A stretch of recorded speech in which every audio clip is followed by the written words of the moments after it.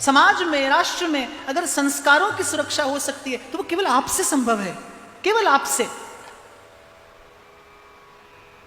अब तो आपको युक्ति भी बताई नहीं जा सकती। पहले तो कहा जाता था भाई भोजन बनाओ तो भजन करते करते बनाओ, अब आजकल भोजन ही कोई बनाता नहीं।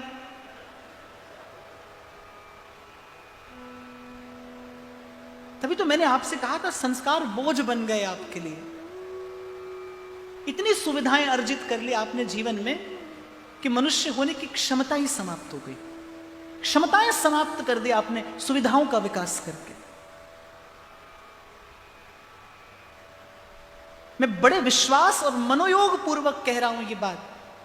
यदि आपका कोई, आपके परिवार का कोई जीव यदि पूर्व के प्रारब्धवश न हो संस्कारी, कुछ काल यदि आप ये प्रयोग करके देखें, जब आप भोजन बनाएं तो भगवान नाम जप करते करते बनाएं, स्मरण करते करते बनाएं, उसमें निश्चित रूप से परिवर्तन आएगा। नाम की महिमा है, नाम जपत मंगल देसी दसम।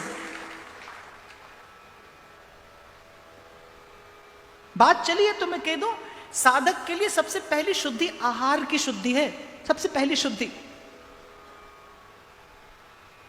इतने बड़े लोग हो गए हम कि उसकी भी चिंता नहीं, उसकी भी सुध नहीं, कौन बनाता है, किस भाव से बनाता है, खबर नहीं।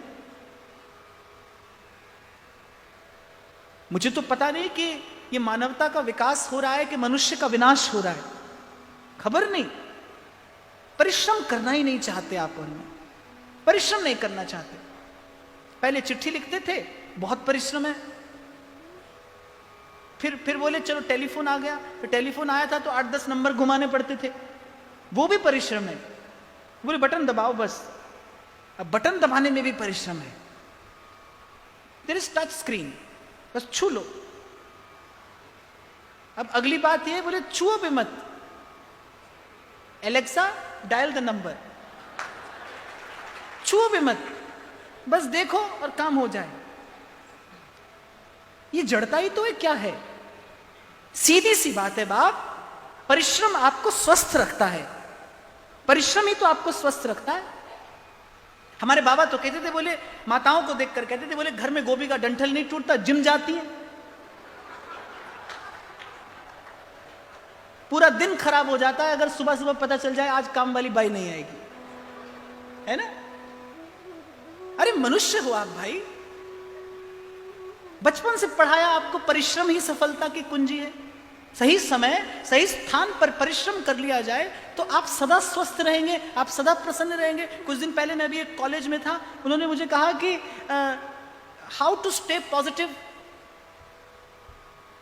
तो मैंने कहा there is no any phenomena negativity, नकारात्मकता कुछ नहीं होती, होती ही नहीं। जैसे अंधकार कुछ नहीं होता, प्रकाश का अभाव उसे अंधकार कहते हैं।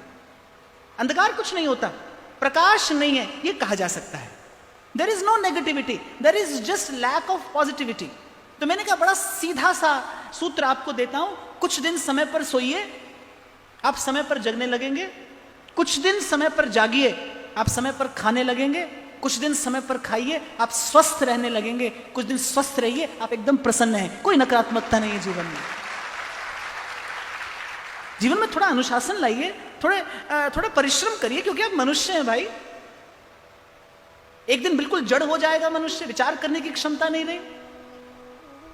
कुछ भी प्रश्न मन में आता था तो पहले लोग विचार करते थे, पूरी की पूरी वेदांत धारा, द कंप्लीट वेदांत फिलॉसफी, पूरा का पूरा वेदांत चिंतन खड़ा है किस पर? आत्मचिंतन।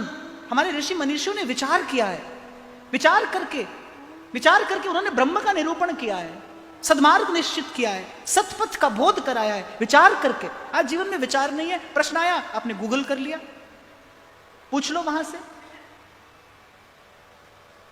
भूलना मत आप भारत भूमि पर जन्मे हो, यहां की मिट्टी संस्कार देती है। आप जहां रहते हो आपको खबर नहीं, हो सकता है आपके घर के नल में आने वाला जल गंगा जल हो, आपको नहीं पता। यहां तो चलते फिरते कान में हरिनाम पड़ जाता है। आप जाइए वृंदावन, किसी तीर्थ में चले जाइए, वृंदावन की तो महिमा यह है कि चलत फिरत सुनियत रहो जहां राधा वल्लभ लाल। यहां तो भजन के लिए, कोई साधन के लिए कोई बहुत अधिक प्रयास नहीं करना पड़ता। संतुलित जीवन हो, संयमित जीवन हो, नियंत्रित जीवन हो। आप देखिए कहीं कोई नकारात्मकता नहीं है। प्रसन्नता ही है। चेतन अमल सहज सुख राशि, ऐसे हैं आप।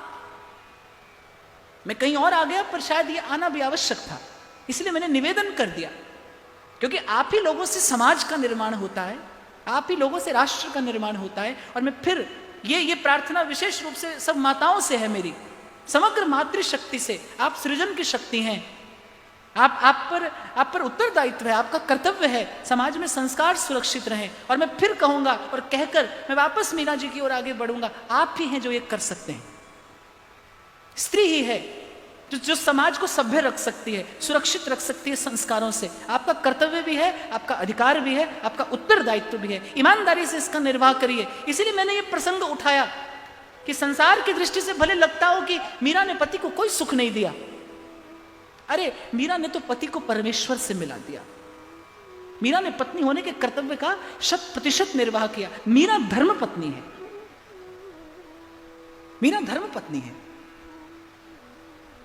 अभी आज सुबह सुबह मैं कहीं पढ़ रहा था, वैसे मुझे बात याद आ गई, शंभू जी पढ़ा रहे थे मुझे, कहीं लिखा हुआ था, पत्नी ने फोन किया, बोले सुनो आजकल मौसम खराब है, डेंगू बुखार बहुत फैल रहा है, तो तुम अपना ध्यान रखना।